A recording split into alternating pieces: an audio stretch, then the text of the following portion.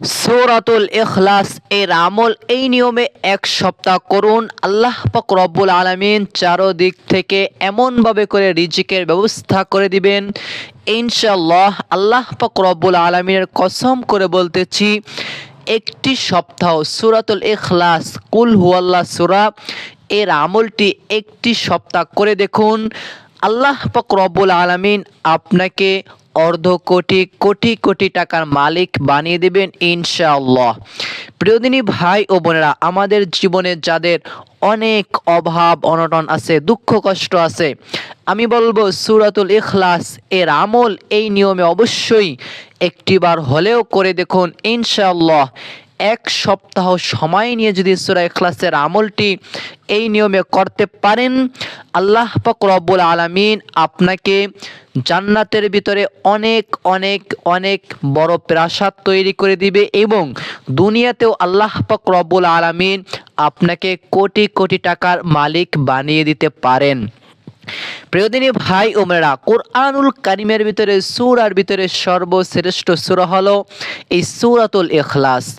তাই আমি যেই নিয়মে আমলটির কথা বলে দিব ইনশাআল্লাহ, এই নিয়মে যদি আমলটি করতে পারেন, কপালটা খুলে যাবে, ভাগ্যটা বদলে যাবে ইনশাআল্লাহ। আর অভাব অনটন দুঃখ কষ্ট থাকবে না। আপনি অনেক ঋণের বোঝা মাথায় নিয়ে আছেন, অনেক ঋণ হয়ে আছেন, অবশ্যই আমি বলবো সূরাতুল ইখলাস এর আমলটি এই নিয়মে একটিবার হলেও করে দেখুন। কেননা নবীজি সাল্লাল্লাহু আলাইহি ওয়াসাল্লামের কাছে একবার এক সাহাবী এসে বললেন, ইয়া রাসূলুল্লাহ, ইয়া হাবিবাল্লাহ, আমি অনেক বয়স্ক মানুষ, মুরব্বী মানুষ, আমাকে আপনি এমন একটি আমল শিখিয়ে দেন যে আমলটি করে আমি আমার জীবনের অভাব অনটনকে দূর করতে পারবো। আমার জীবনে অভাব অনটন থাকবে না, আল্লাহ তাআলা আমাকে সুখে শান্তিতে রাখবেন।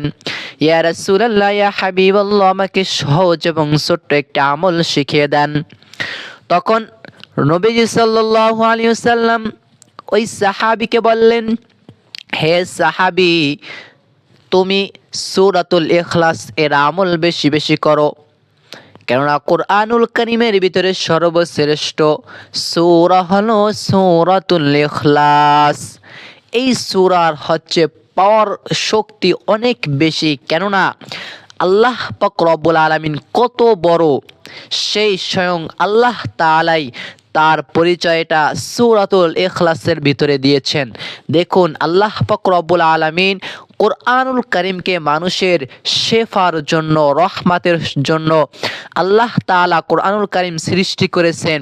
যে আল্লাহ তাআলা এত বড় আসমান জমিন পৃথিবী এবং আল্লাহ তাআলা জলস্থলে যত প্রকার প্রাণী সৃষ্টি করেছেন, সকল প্রাণীকে আল্লাহ তাআলা সৃষ্টি করেছেন।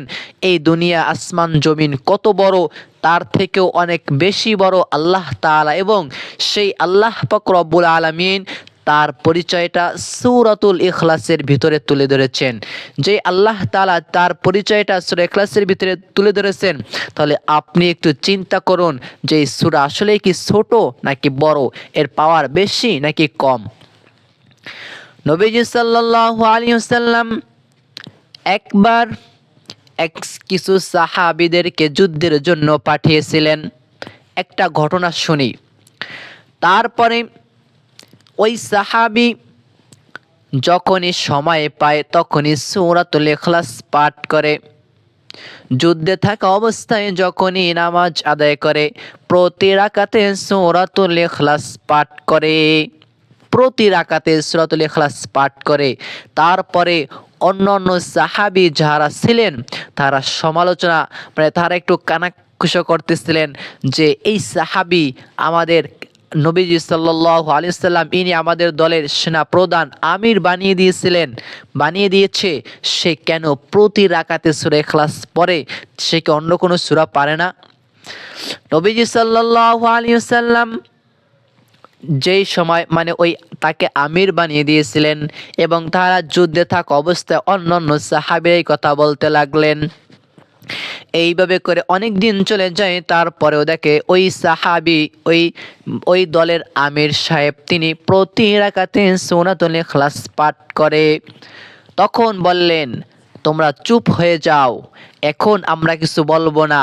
আমরা যখন নবীজির কাছে যখন যাব, তখন আমরা নবীর সামনে জিজ্ঞাসা করব, কেন এই সূরাতুল ইখলাস প্রতি রাকাতে পাঠ করে, আসলে ফজিলত কি? কেননা সাহাবীর আমাদের মতো ছিলেন না, তার একটি আমলের যদি শুনতেন তাহলে কিছুটা অনুভব করতে পারতেন যে আসলে ইহার ভিতরে অনেক ফায়দা আছে, অনেক কিছু আছে। তারা আমল করার জন্য তারা উঠে পড়ে লাগতেন। যখন ওই যুদ্ধ যখন শেষ হয়ে যায়, তখন নবীজির কাছে চলে গেলেন। নবীজির সামনে তাকে জিজ্ঞাসা করলেন, নবীর কাছে বললেন, ইয়া রাসূলুল্লাহ, ইয়া হাবিবাল্লাহ, এই যুদ্ধের জন্য আপনি তাকে আমাদের জন্য আমির বানিয়ে দিয়েছেন। এই আমির সাহেব যখনই নামাজ আদায় করে এবং যখনই সময় পায় শুধু একটা সূরাই পাঠ করে, সেই সূরাটা হলো সূরাতুল ইখলাস। তখন নবীজি সাল্লাল্লাহু আলাইহি সাল্লাম বললেন, হে সাহাবীরা, তোমাদের কি মনে হয় যে এই সূরাতুল ইখলাস কি এতই ছোট? এই সূরা ইখলাসের অনেক ফজিলত আছে, তোমরাও বেশি বেশি করে পাঠ করো। যখন অন্য সাহাবীরা যখন নবীজিকে প্রশ্ন করলেন, তখন নবীজি বললেন, হে সাহাবী, তুমি কেন এই সূরা ইখলাস পড়ো? তুমি কি অন্য সূরা পারো না?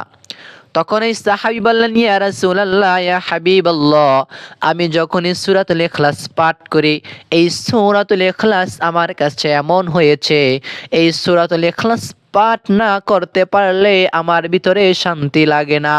আমার জানি কেমন বেশি বেশি করে সূরাতুল ইখলাস পড়তে ইচ্ছা করে, বেশি বেশি করে আমি পাঠ করি। তখন নবীজি সাল্লাল্লাহু আলাইহি ওয়াসাল্লাম বলতে লাগলেন, হে সাহাবীরা, তোমরা শুনে রাখো, এই সূরাতুল ইখলাস হচ্ছে এমন সূরা, পাওয়ারফুল শক্তিশালী সূরা। সূরার ভিতরে সবথেকে পাওয়ারফুল শক্তিশালী সূরা হলো এই সূরাতুল ইখলাস। নবীজি সাল্লাল্লাহু আলাইহি ওয়াসাল্লাম আরো বলতে লাগলেন, যে বান্দা সূরাতুল ইখলাস একটিবার পাঠ করবে, আল্লাহ পাক রব্বুল আলামিন কুরআনুল কারীম তেলাওয়াত করলে, পাঠ করলে, পুরা একদম সূরাতুল ফাতিহা থেকে সূরা নাস পর্যন্ত শেষ করে, শুরু থেকে শেষ যদি করে পড়ে, যেই পরিমাণ সওয়াব হবে কুরআনুল কারীমের এই তিনটে ভাগ করলে, এই তিন ভাগের এক ভাগ সওয়াব ওই বান্দার আমলনামায় আল্লাহ তাআলা দিয়ে দিবেন, যদি তিনি একটিবার সূরা ইখলাস পাঠ করে। সুবহানাল্লাহ।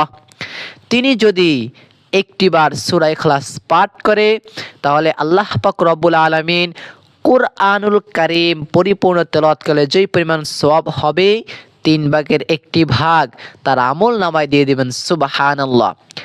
এমনকি আরো বলতে লাগলেন, যে ব্যক্তি সূরাতুল ইখলাস 2টি বার পাঠ করবে, কুরআনুল কারীমের 3 ভাগের 2 ভাগ পরিমাণ পাঠ করলে যেই পরিমাণ সওয়াব হবে, ওই পরিমাণ সওয়াব আল্লাহ তাআলা তার আমলনামায় দিয়ে দিবেন। সুবহানাল্লাহ। এমনকি আরো বলেন, যে ব্যক্তি 3টি বার কোরআনুল কারীমের সূরাতুল ইখলাস 3 বার পাঠ করবে, আল্লাহ তাআলা তার আমলনামায় কোরআনুল কারীম পরিপূর্ণ তেলাওয়াত করলে যেই পরিমাণ সওয়াব হয়, ওই পরিমাণ সওয়াব আল্লাহ তাআলা তার আমলনামায় দিয়ে দিবেন। আপনি যদি একটু লক্ষ্য করেন, হুজুররা যখনই দোয়া করে, দোয়ার আগে সূরা ইখলাস পড়েন। কেন পড়েন? কারণ সূরা ইখলাস পড়লে অনেক সওয়াব। তাহলে যে ব্যক্তি 10 বার সূরা ইখলাস পাঠ করবে, তার জন্য আল্লাহ পাক রব্বুল আলামিন জান্নাতের ভিতরে একটি রাজপ্রাসাদ তৈরি করে দিবেন। আর সেই জান্নাতের যে দেওয়াল হবে স্বর্ণ এবং রূপা দ্বারা তৈরি করে দিবে আল্লাহ। তাহলে যে বান্দা 10টি বার সূরা ইখলাস পাঠ করবে, তার জন্য আল্লাহ পাক রব্বুল আলামিন একটি রাজপ্রাসাদ বাড়ি তৈরি করে দিবেন, তাও জান্নাতের ভিতরে। সুবহানাল্লাহ।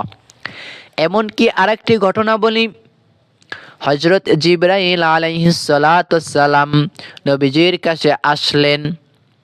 আসার পরে নবীজিকে জিজ্ঞাসা করলেন, ইয়া রাসূলুল্লাহ, ইয়া হাবিবাল্লাহ। ওই সাহাবীর নাম ধরে বললেন, ইয়া রাসূলুল্লাহ, ইয়া হাবিবাল্লাহ, অমুক সাহাবী।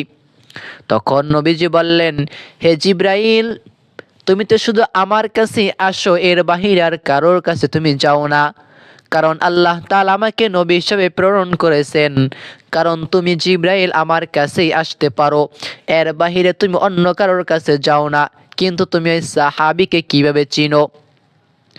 তখন নবীকে উত্তরে বললেন, ইয়া রাসূলুল্লাহ, ইয়া হাবিবাল্লাহ, আপনার ওই সাহাবী শুধু একটা সূরাই বেশি বেশি করে পাঠ করে, আর সেই সূরাটি হচ্ছে সূরাতুল ইখলাস।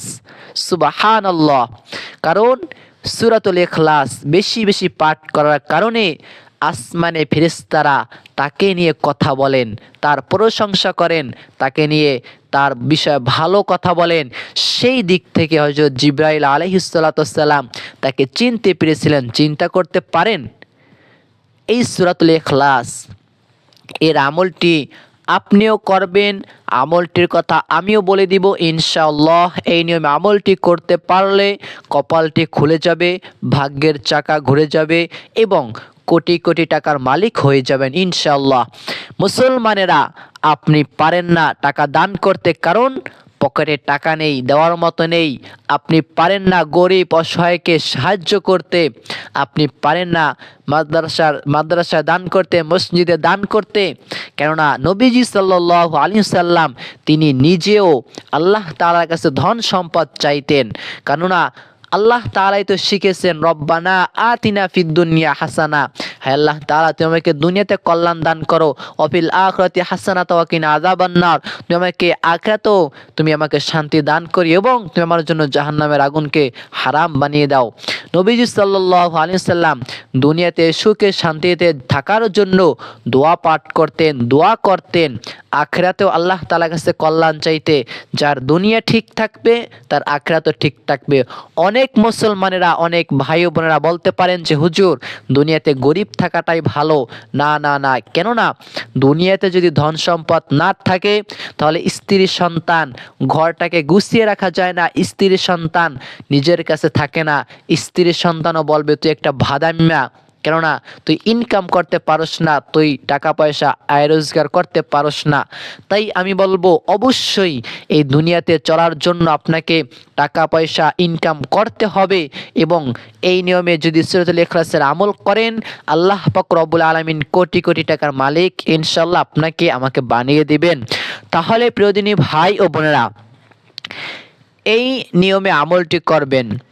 সূরাতুল ইখলাস, সূরাতুল ইখলাস প্রতিদিন দিনে 100 বার, রাতে 100 বার। যে ব্যক্তি সূরাতুল ইখলাস 10টি বার করে পাঠ করবে, 10 বার পড়বে, 10 বার, আল্লাহ তাআলা তার জন্য যদি জান্নাতে একটি রাজপ্রাসাদ বাড়ি তৈরি করতে পারে, তাহলে যে ব্যক্তি 100 বার সূরা ইখলাস পাঠ করতে পারবে আল্লাহ তাআলাও তার জন্য 10টি রাজপ্রাসাদ জান্নাতের ভিতরে তৈরি করে দিবেন। সুবহানাল্লাহ। এমনকি ওই জান্নাতের ভিতরে আমাদেরকে থাকতে হবে, কেননা আল্লাহ তাআলা যদি আমাদের কপালে জান্নাত নসিব করেন তাহলে অবশ্যই আমরা জান্নাতের ভিতরে যেতে পারবো। আর আপনি যদি আমলও করবেন না তাহলে জান্নাতে গেলেন কিছুই নাই, তখন আপনি কিভাবে থাকবেন বলেন? এই জন্য আপনি কি করবেন, আমলটি এই নিয়মে করবেন। দিনে 100 বার সূরা ইখলাস পাঠ করবেন, দিনে 100 বার আর রাতে 100 বার। আর আপনি যদি দেখা যায় রাতে হয় না, দিনে 100 বার পাঠ করবেন আর রাতে 100 বার পাঠ করবেন। তাহলে হইল কত? 200 বার। প্রতিদিন চেষ্টা করবেন 200 বার সূরা ইখলাস পাঠ করার চেষ্টা করবেন। আসুন আমার সঙ্গে সঙ্গে একটিবার পাঠ করুন। বিসমিল্লাহির রহমানির রহিম। কুল হুয়াল্লাহু আহাদ, আল্লাহুস সামাদ, লাম ইয়ালিদ ওয়া লাম ইউলাদ ওয়া লাম ইয়াকুল লাহু কুফুয়ান আহাদ। এই নিয়মে প্রতিদিন দিনে 100 বার এবং রাতে 100 বার পাঠ করবেন। প্রতিবার সূরা ইখলাস পড়ার আগে বিসমিল্লাহ পাঠ করবেন। বিসমিল্লাহ পাঠ করলেন, সূরা ইখলাস পাঠ করলেন, আবার বিসমিল্লাহ পড়লেন, আবার সূরা ইখলাস পাঠ করলেন। এই নিয়মে আপনি প্রতিদিন 100বার পড়বেন এবং রাতে 100বার পড়বেন। আল্লাহ তাআলা আপনার জন্য প্রতিদিনই জান্নাতের ভিতরে 20টা রাজপ্রাসাদের ব্যবস্থা করে দিবেন। রাজপ্রাসাদ আল্লাহ তাআলা আপনার জন্য বানাবেন। জান্নাতের